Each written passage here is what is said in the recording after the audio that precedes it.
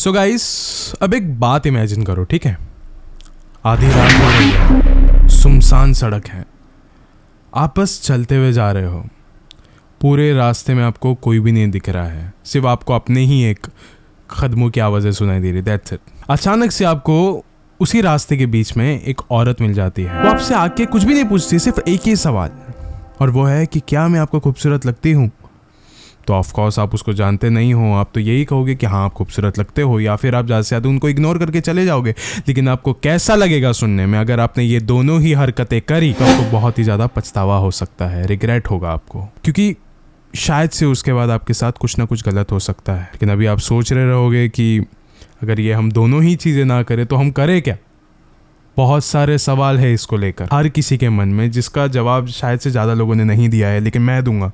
आज इसी वीडियो में इसी कहानी के ऊपर हम बात करेंगे। एंड गाइस, जिस औरत का मैं आज जिक्र करने वाला हूँ, वो औरत जापान उस देश की सबसे बड़ी पैरानॉर्मल एंटिटी और सबसे ज़्यादा खतरनाक, सबसे ज़्यादा डरावनी एंटिटी है। जापान के जो लोग हैं, आम नागरिक है, वो इसके बारे में बात भी करना बिल्कुल भी पसंद नहीं करते। उनको ऐसा लगता है अगर वो बात भी करेंगे इसके बारे में तो जो वो पैरानॉर्मल एंटिटी है उनके पीछे पड़ जाएगी। एंड गाइस, मैं आपको एक बात बता देता हूँ, जापान में ये बात कही जाती है कि एक बार वो पैरानॉर्मल एंटिटी आपके नज़दीक आ जाए, आपके पीछे पड़ जाए, तो उसका पीछा छुड़ाना करीब नामुमकिन जैसा ही होता है। एंड इस पैरानॉर्मल एंटिटी का नाम है कुचिसाकी ओना। एंड गाइस, ऐसा हो सकता है कि आपने ये वाला नाम दूसरे यूट्यूब वीडियोस में भी देखा होगा, बहुत सारे यूट्यूबर्स ने इसके बारे में बनाया है। एंड जो एक सबसे बड़ा हॉरर चैनल है खूनी मंडे, उन्होंने भी इसके बारे में बनाया था एक YouTube video, amazing YouTube video दो।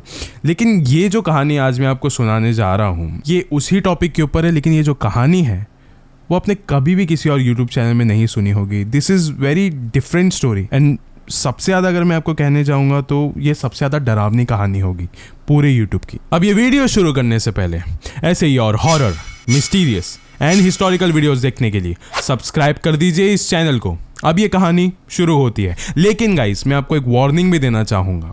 ऐसा बताया जाता है कि ये जो नाम है कुचिसाकी ओना, उसे जापान में नहीं लिया जाता, चाइना में नहीं लिया जाता, साउथ कोरिया में नहीं लिया जाता। ऐसे कोई भी कंट्री में ये वाला नाम ना एकदम फोर्बिडन माना जाता है। ऐसा बताया जाता है कि इसके बारे में सोचना भी गलत है। और आप ये वाला वीडियो देख रहे हो तो थोड़ा सा सतर्क रहिए, क्योंकि ऐसा हो सकता है, ऐसा माना जाता है, अगर आप इसका वीडियो भी देखोगे, अगर आप इसको याद भी करोगे, तो ये आपके अगल बगल में आ जाती है, आपके करीब आ जाती है। थोड़े से चौकन्ने रहो गाइस। चाहे ये जो कहानी है, ये जो अर्बन लेजेंड है, ये जापान की है, लेकिन इसकी जो कहानी की शुरुआत है ना, वो हमारे भारत देश से ही होती है। हमारे भारत देश में दो लोग रहा करते थे। एक थी मधु एंड उसका 14 साल का बेटा विवेक। वो लोग बस रिसेंटली ही जापान में शिफ्ट हो रहे थे, क्योंकि जो मधु की कंपनी थी, उन्होंने उसको एक जापान का क्लाइंट सौंप के रखा था एंड बोला था कि आपको उसका अच्छे से टेक केयर करना है और आपको वहीं पे जाना पड़ेगा। एंड उसको कॉन्ट्रैक्ट भी दे दिया था कि आपको वहाँ पे 5 महीने तक रहना पड़ेगा। एंड क्योंकि उस जो 14 साल का लड़का था विवेक, उसकी भी पढ़ाई लिखाई चल रही थी, तो जो कंपनी वाले थे उसने उसकी भी कोचिंग उसके घर के आसपास में ही लगा दिया था, ताकि उसकी पढ़ाई का कोई भी नुकसान ना हो। एंड क्योंकि जो विवेक के पिता थे, मधु के जो हस्बैंड थे, उनका कुछ 2-3 महीने पहले ही उनका देहांत हो गया था, तो फिर मधु को पैसों की कमी थी, उनको ये अपनाना ही पड़ा। फिर दोनों ही माँ बेटे जापान के लिए निकल गए। मधु को जाते से ही बहुत ज़्यादा काम आ गया एंड विवेक भी उस कोचिंग में जाना शुरू कर दिया। उन लोग का ना एक रूटीन बन गया था कि जब मधु जाती थी काम पे सुबह सुबह, एंड वापस लौटते वक्त वो विवेक को भी अपने साथ ले आती थी। लेकिन जापान का ना एक बहुत अलग ही सिस्टम है कि अगर आप रात तक किसी कोचिंग इंस्टीट्यूट में पढ़ रहे हो तो आप वहीं तक रात भर रुक सकते हो, और वही आदत विवेक को भी लग चुकी थी। हालांकि अब इस आदत से मधु को थोड़ी बहुत परेशानी होने लग गई थी। उसको ऐसा काम हो रहा था उसका कि हर रात को वो घर पे वापस लौटती थी एंड देर रात को उसको वापस से विवेक को लेने भी जाना पड़ता था। देन घर पे आने के बाद वापस से खाना बनाना पड़ता था। उसको बहुत ज़्यादा काम आ गया था। लेकिन ये एक बार की बात है जब मधु को बहुत ज़्यादा वर्कलोड आ गया एंड उसको रात भर बैठ के ऑफिस में काम करना था, तो उसने एडवांस में ही विवेक को कॉल करके बोल दिया कि बेटा ये बार मैं तुझे पिकअप करने नहीं आ सकती घर के लिए, सो इट्स बेटर कि तू तेरे दोस्त के साथ आ जाना घर पे, जो कि तेरे को ड्रॉप कर देगा घर पे। एंड ये सब कुछ बोल के उसे कॉल रख दिया। एंड जो विवेक था वो भी उनकी बातों को समझ गया, क्योंकि वो जानता था कि वो उन दोनों के लिए कितनी ज़्यादा मेहनत कर रही है एक पराये देश में आकर। एंड गाइस, जापान ये जो देश है ये बहुत ज़्यादा ऐसा नॉर्मल सा देश नहीं कि रात होने के बाद सब लोग अपने अपने घर पे रहते, नहीं। यहाँ की जो नाइट लाइफ है बहुत ज़्यादा अमेजिंग है। टोक्यो शहर के बारे में तो आपने डेफिनेटली सुना ही होगा कि हर रात को लोग अपने घर से बाहर होते हैं, पार्टी करते, इधर उधर घूमते फिरते रहते हैं। लेकिन अभी एक बार की बात है जब उसकी माँ ने उसको कहा था कि आज रात को वो पिक नहीं करने वाली है। उसी रात को उसकी लेट नाइट कोचिंग थी ऑफ कोर्स, जहाँ पे वो हर रोज जाया करता था। लेकिन ये बार ना जब वो बस में बैठा हुआ था तो बस में कोई भी नहीं था आसपास। रात के कुछ शायद से 10 साढ़े 10 बज रहे थे, कोई भी नहीं था आसपास। फिर बस ड्राइवर ने भी उसको पीछे देखकर कहा कि ये आज रात की आखिरी बस है, कोई भी बाहर नहीं निकल रहा है, तो फिर अगर आपको वापस आना है और इसी रास्ते से अगर आना है तो किसी को साथ लेकर आना, अकेले बिल्कुल भी मत आना। फिर विवेक ने ये वाली बात उसको कही कि नहीं मैं वापस आते वक्त अपने एक दोस्त के साथ ही घर पे लौटूंगा। फिर कुछ ही समय में विवेक उस बस से नीचे उतरा एंड वो अपने कोचिंग क्लासेस की तरफ गया।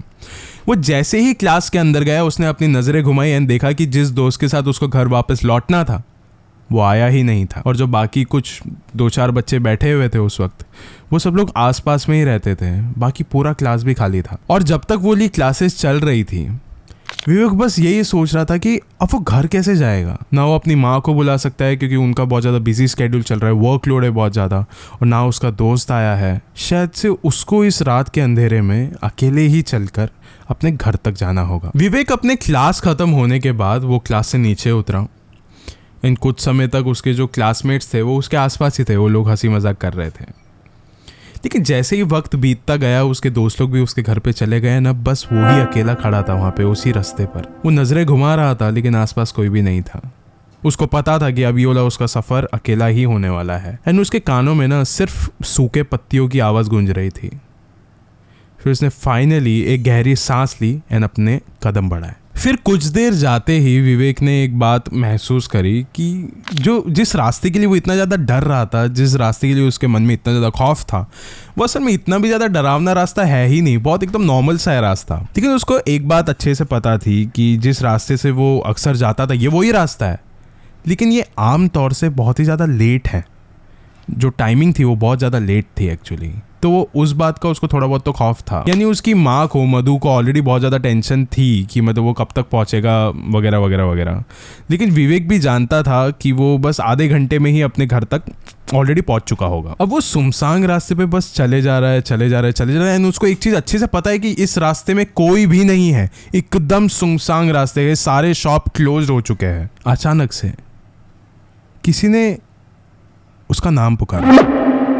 विवेक ने अपने कदम वहीं पे रोक दिए। वो इसलिए नहीं रुका क्योंकि किसी ने उसका नाम पुकारा है गाइस, वो इसलिए रुका है क्योंकि वो जानता था कि आसपास ना बंदा है ना बंदे की जात, कोई है ही नहीं। फिर ये आवाज़ किसने लगाई? विवेक जैसे ही पलटा उसने देखा कि उसके नज़रों के ठीक सामने एक औरत खड़ी है जिसने लाल कलर का कोट पहना हुआ है और एक सर्जिकल मास्क भी था उसके चेहरे पर। वो उस वक्त तक कुछ भी नहीं कह रही थी एंड विवेक को भी बहुत ज़्यादा वियर्ड लग रहा था क्योंकि वो इतने ज़्यादा नज़दीक खड़ी है विवेक के, और अब तक तो वो उसे नहीं दिख रही थी। ये रास्ता एकदम सुनसान था अब तक, लेकिन अभी औरत यहाँ पे आके कैसे खड़ी हो गई है? फिर कुछ समय बाद उस औरत ने विवेक को एक सवाल पूछा बहुत धीमे आवाज़ में कि क्या तुम्हें ऐसा लगता है कि मैं खूबसूरत हूँ? विवेक को बहुत ज़्यादा अजीब लगा एंड वो थोड़ा सा पीछे स्टेप बैक किया एंड उसने उस औरत को पूरा अच्छे से देखा एंड उसने कहा कि हाँ मुझे तुम खूबसूरत लगते हो। फिर विवेक ने एक चीज़ महसूस करी कि वो औरत ना उसके मास्क के पीछे मुस्कुरा रही है। फिर तभी धीरे से उस औरत ने अपना मास्क हटाया एंड तुरंत उसके सारे बाल उसके चेहरे के सामने आ गए थे। लेकिन उस वक्त ना उस सड़क पे बहुत ज़्यादा हवाएं चल रही थी, तो ज़्यादा देर तक वो जो बाल थे उसके चेहरे के सामने नहीं थे, वो जो बाल थे अब हवा में थे। एंड विवेक ने उस औरत का चेहरा देख लिया। जैसे ही देखा विवेक अपने 2 कदम पीछे गया एंड वो नीचे गिर गया क्योंकि उसने जो चेहरा देखा था ना वो बहुत ही खतरनाक था। उस औरत का चेहरा पूरी तरीके से फटा हुआ था। ऐसा लग रहा था जैसे कि उसके मुंह को किसी ने तो चाकू से काटा हो। फिर उसने ना विवेक को थोड़े अपने करीब लाया, खींचा और उसको पूछा कोरेडेमो, यानी क्या मैं अभी भी तुम्हें इतनी ही खूबसूरत लगती हूँ? एंड शायद से विवेक उस सवाल का जवाब देने ही वाला था कि कि उसी समय विवेक ने सुना कि पीछे से गाड़ी आ रही है एंड उस गाड़ी का जो हेडलाइट था, उसकी जो लाइट थी वो उस औरत की आंखों में चुभ गई एंड विवेक उसके हाथों से नीचे गिर गया। एंड विवेक शायद से उस सवाल का जवाब देने ही वाला था, नीचे गिरे, लेकिन उसी वक्त देखा कि उस गाड़ी से बाहर निकली एक औरत एंड वो औरत कोई और नहीं थी, उसकी माँ ही थी, मधु। उसने आके 3 बार ये वाला शब्द कहा, पोमैड पोमैड पोमैड। उस औरत ने जैसे ही ये सब कुछ सुना वो वहां से अपना नाक पकड़ के भाग गई तेजी से। ये सारी ही पेचीदा चीजों को देखकर विवेक एकदम बेहोश ही पड़ गया था। फिर मधु ने उसको उठा के अपनी गाड़ी में रखा एंड उसे घर ले चले गई। मधु को भी थोड़ी राहत आई, विवेक भी एकदम थोड़ा अभी ठंडा पड़ चुका था कि मतलब या now everything is I guess fine now. फिर उसने अपनी माँ को पूछा कि वो औरत कौन थी, आप यहाँ पे कैसे पहुंचे एंड आपको ये सारी चीज़ों के बारे में कैसे पता है। फिर उसकी माँ ने विवेक को एक पानी का गिलास दिया कि थोड़ा सा शांत हो जाओ, मैं आपको एक कहानी सुनाती हूँ। फिर मधु ने कहा कि आज से कम 1200 साल पहले एक गांव में एक औरत हुआ करती थी जिसका नाम था कुची साके ओना एंड वो बहुत ही ज़्यादा खूबसूरत थी एंड उसे अपनी खूबसूरती पर बहुत ज़्यादा नाज था एंड उसकी शादी एक जापानीज समुराय से हुई थी एंड वो दोनों ना अपने शादी में बहुत ही ज़्यादा खुश रहा करते थे। दे वर अ हैप्पी कपल। बट किसी वजह से उस समुराय को एक युद्ध के लिए बाहर जाना पड़ा एंड काफ़ी ज़्यादा समय बीत गया था। अभी अब बहुत ज़्यादा समय बीतने के बाद भी वो समुराय वापस आया ही नहीं एंड कुची साके ओना को भी ऐसे ही लग रहा था कि शायद से अब उसका पति वापस कभी लौटने ही नहीं वाला। फिर कुछ सालों बाद जाके वो जो समुराय था, कोची साके ओना का पति, उस घर में वापस लौटता है एंड जैसे ही वो उस घर में वापस लौटता है उसने देखा कि कोची साके ओना का एक अफेयर चल रहा है। उसको बहुत ही ज़्यादा गुस्सा आया, शायद से वो इंतज़ार कर रहा था इतने समय से कि वो कब जाएगा और कोची साके ओना को मिलेगा, लेकिन आते ही उसने कुछ अलग ही चीज़ देख ली। उसको इतना ज़्यादा गुस्सा आया कि उसने अपनी तलवार निकाली एंड कोची साके ओना का पूरा मुंह फाड़ दिया। एंड फिर जब कोची साके ओना अपनी आखिरी सांस ले रही थी उसी समय उस समुराय ने उससे एक सवाल पूछा, क्या तुझे अभी लगता है कि तू खूबसूरत है? एंड उस समय ब्लड बहुत ज़्यादा निकल चुका था एंड ये आखिरी सवाल सुनकर कोची साके ओना ने अपना दम तोड़ दिया। और ये हादसा होने के बाद कोची साके ओना वो अर्बन लेजेंड बन गई थी कि जिस एक अकेली अर्बन लेजेंड के वजह से 1970 में जापान में जो माँ बाप थे वो अपने बच्चों को स्कूल तो क्या बाहर खेलने भी नहीं भेजते थे, इसी डर से। क्योंकि ऐसा बताया जाता है कि 1970s के दौरान जापान में एक बहुत अजीबोगरीब हादसा हो रहा था कि कोची साके ओना छोटे बच्चों की तरफ जाती थी एंड उनको जाके यही सवाल दोहराती थी कि क्या मैं खूबसूरत लगती हूँ, और अगर बच्चा ये कहे कि हाँ आप खूबसूरत लगते हो तो भी वो आपको मार देगी, और अगर आपने ना किया तो भी वो आपको मार देगी। ये सारी ही बातें सुनने के बाद विवेक एकदम श्योर हो गया था, समझ गया था कि अगर शायद से उसकी माँ वहाँ पे नहीं पहुँचती सही समय में तो शायद से विवेक का भी हाल वो औरत उसके जैसा ही कर देती, वो उसका भी मुंह फाड़ देती। बट चलो ये सारी बातें उसको समझ में आ गया था, लेकिन उसको पोमैड का राज अभी तक नहीं पता चला था। उसने अपनी माँ को पूछा कि चलो मैं बाकी बातें अच्छे से समझ जाता हूँ, अच्छे से समझ गया हूँ कि अगर आप नहीं आते तो क्या होता, ये उसकी बैक स्टोरी क्या है वगैरह वगैरह सब कुछ, लेकिन पोमैड का मतलब क्या है? आपने आके पोमैड कहा और वो अपना नाक बंद करके वहां से चले गई, ये क्या था? फिर मधु ने कहा कि ये जो पोमैड, ये जो शब्द है उसका मतलब ये है कि 1200 साल पहले एक हेयर ऑयल या फिर एक जेल जैसा एक चीज़ हुआ करता था जिसकी जो बदबू थी ना वो कोची साके को बिल्कुल भी नहीं पसंद थी, आज भी नहीं पसंद है।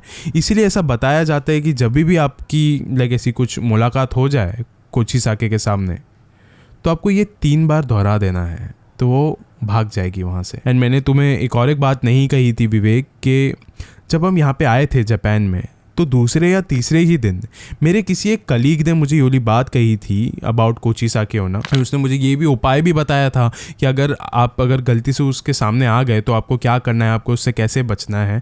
तो पोमैड ये वही शब्द है एंड यही वो रीज़न है, कोची साके ओना ही वो रीज़न है कि मैं आधी रात को तुझे लेने या फिर छोड़ने आती थी। एंड गाइस एक सीधी सी बात है, एक नॉर्मल ह्यूमन नेचर है कि अगर किसी के भी साथ कोई भी ऐसा हादसा होता है तो वो ऑफकोर्स उस जगह पे कभी भी रहना नहीं पसंद करेगा। एंड जो मधु थी यही सेम चीज़ें उसके साथ भी हो रही थी। उसने अपने कंपनी मैनेजर को कॉल किया, उसने ये सारी बातें बताई कि ये सारी चीज़ें हो रही है हमारे साथ, हमें यहाँ से निकलना है। एंड उसने अगले ही 2 दिन में वो जो जगह थी वो उसने छोड़ दिया एंड वो भारत देश वापस लौटा है। एंड गाइस वो जगह छोड़ने का ना एक बहुत ज़्यादा स्पेशल रीज़न भी था और वो रीज़न कोची साके ओना भी था। कैसे वो मैं आपको बताता हूँ। ऐसा बताया जाता है कि आप कोचिसाके ओना से सिर्फ एक ही बार बच सकते हो। ये जो पोमैड, ये जो शब्द है वो आप एक ही बार यूज़ कर सकते हो। अगली बार वो आपसे अगर मिलती है, वो अगर अगली बार आपके सामने आ गई तो वो ये पोमैड शब्द से डर के नहीं भागेगी, वो आपसे कोई सवाल भी नहीं करेगी, वो सिर्फ आपका वही हशर करेगी जो कि खुद उसका है। वो आपको बर्बाद करके छोड़ देगी।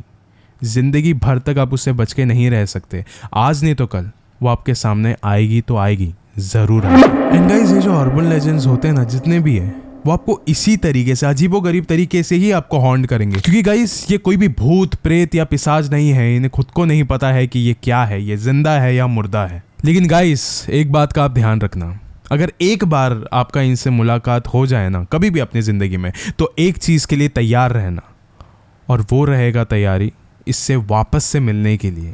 क्योंकि वो वापस से आपसे ज़रूर मिलेंगे, क्योंकि इस ही तरीके से ये सारी चीज़ें वर्क करती है। ये आपका पीछा कभी भी नहीं छोड़ेंगे। गाइस, मैं अगर खुद की भी अपनी एक राय देना चाहूँ तो मैं आपको यही कहना चाहूँगा कि हर एक देश के, हर एक शहर के, हर एक गली मोहल्ले के कोई ना कोई तो लोक कथाएं ज़रूर होती है, जो शायद ऐसा हो सकता है कि शायद वो सच हो, शायद वो झूठ हो। लेकिन गाइस, ऐसा हो सकता है कि अगर आप किसी ना किसी सुनसान रास्ते पर आधी रात को चल रहे हो, आसपास कोई भी नहीं है ना, आपके आंखों के ठीक सामने कोई ना कोई खड़ा हो, जो कि शायद से इन्हीं कोई अर्बन लेजेंड में से हो, इन्हीं कोई भूत पिशाच में से भी हो, जो शायद से आपको डरने का भी मौका नहीं देगी, शायद से आखिरी सांस लेने का भी मौका नहीं देगी। हो सकता है। शुक्रिया।